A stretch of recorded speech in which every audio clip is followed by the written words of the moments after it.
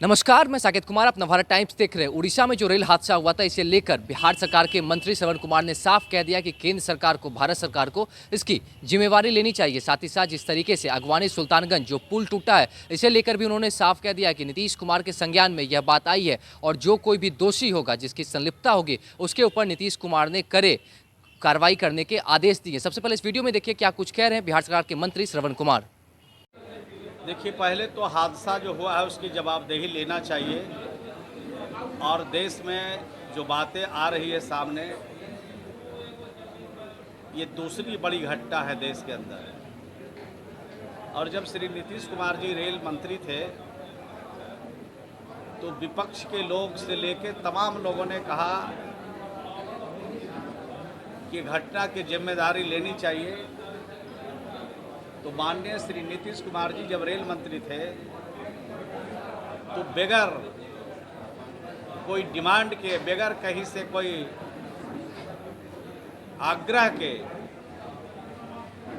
उन्होंने रेल मंत्री पद से त्याग कर दिया था। ऐसे मामले में जो भारत सरकार में बैठे लोग हैं और रेल मंत्री जी हैं, ऐसे घटना का संज्ञान तो उन्होंने लिया है, वक्त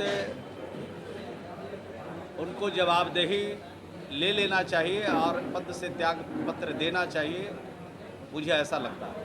बिहार में जो पुल ध्वस्त हुआ उसकी भी सीबीआई जांच भागलपुर में जो ध्वस्त हुआ, भागलपुर में जो पुल गिरा है उसको लेकर भी सीबीआई जांच की मांग है। उसके लिए माननीय मुख्यमंत्री जी के संज्ञान में बात आई है और माननीय मुख्यमंत्री जी ने कहा है उसकी जांच हो रही है। जांच में जो लोग भी सम्मिलित होंगे, जो लोग भी दोषी पाए जाएंगे, वो किसी की भी कीमत पर नहीं बचेंगे। विपक्षी एकता की बैठक को लेकर बीजेपी का ये कहना है किसी दिन ये बैठक संभव ही नहीं हो पाएगी क्योंकि नीतीश कुमार जी का वो राजनीतिक कर नहीं रहा।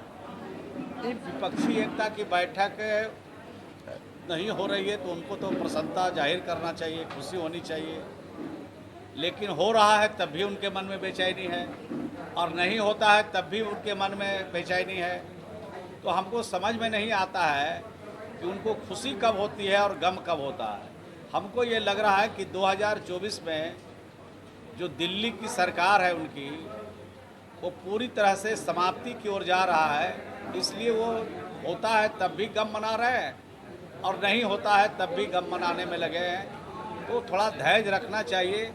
जो नेता इस बात को रखते हैं, बोलते हैं कि जब विपक्ष की एकता हो रही है तो पूरा ठीक तरीके से हो रहा है और सब कुछ सोच विचार करके हो रहा है और विपक्ष की एकता से घबराहट है उनको, और ये घबराहट तभी उनकी ख़त्म होगी जब 2024 में भाजपा मुक्त भारत हो जाए।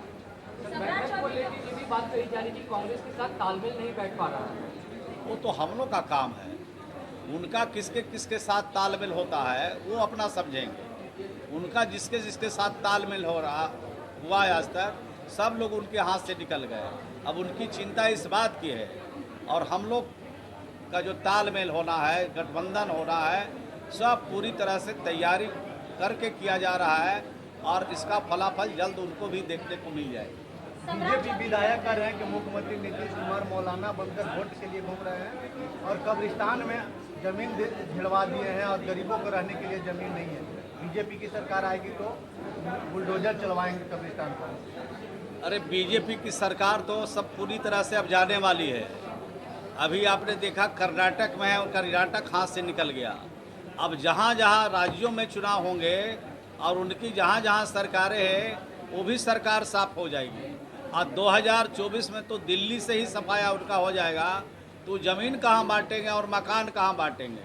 मकान देने के लिए तो अभी उनके पास वक्त है, तो बिहार के लिए अभी उनका लक्ष्य निर्धारित नहीं हो रहा है। बिहार में 13 लाख लोग आवास की प्रतीक्षा सूची में हैं, उनके लिए तो उनके पास पैसे ही नहीं है, तो वो ज़मीन कहाँ बांटेंगे और मकान कहाँ बांटेंगे?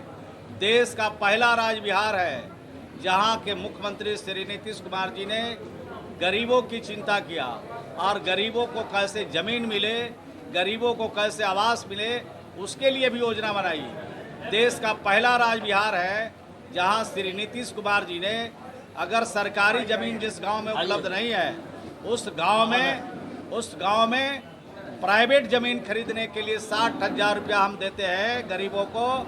ये बिहार से बाहर दूसरे किसी राज्य में नहीं है।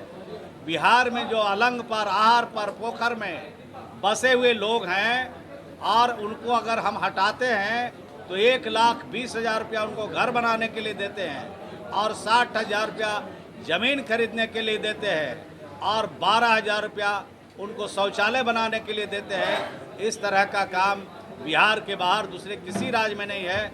अब भारत सरकार सिर्फ ढोल पीट रही है। अगर ढोल पीटती है तो बिहार के गरीबों के लिए लक्ष्य क्यों नहीं निर्धारित हुआ? 2018-19 में बिहार को एक भी आवास का लक्ष्य प्राप्त नहीं हुआ। 2022-23 में एक भी आवास का लक्ष्य बिहार को प्राप्त नहीं हुआ और 2023-24 जो अभी शुरुआत हुई है इसमें भी एक भी गरीब का लक्ष्य भारत सरकार ने निर्धारित नहीं किया है। इससे पता चलता है कि गरीब के लिए इनकी सरकार नहीं है, यह अडानी के लिए है, अंबानी के लिए है, मेरे मोदी के लिए है, विजय माल्या के लिए है। ये बड़े घरानों के हित में काम करने वाली सरकार है और उनके हाथ की कठपुतली बनी हुई है। देश के गरीब लोग समझ चुके हैं 2024 में भाजपा को पूरी तरह से देश के गरीब लोग सब लोग मिल करके, चाहे सिख हो, ईसाई हो, हिंदू हो, मुसलमान हो, सब लोगों ने मिलकर इसका सफाया करने का निर्णय लिया है, संकल्प लिया है। यह संकल्प 2024 में पूरा हो।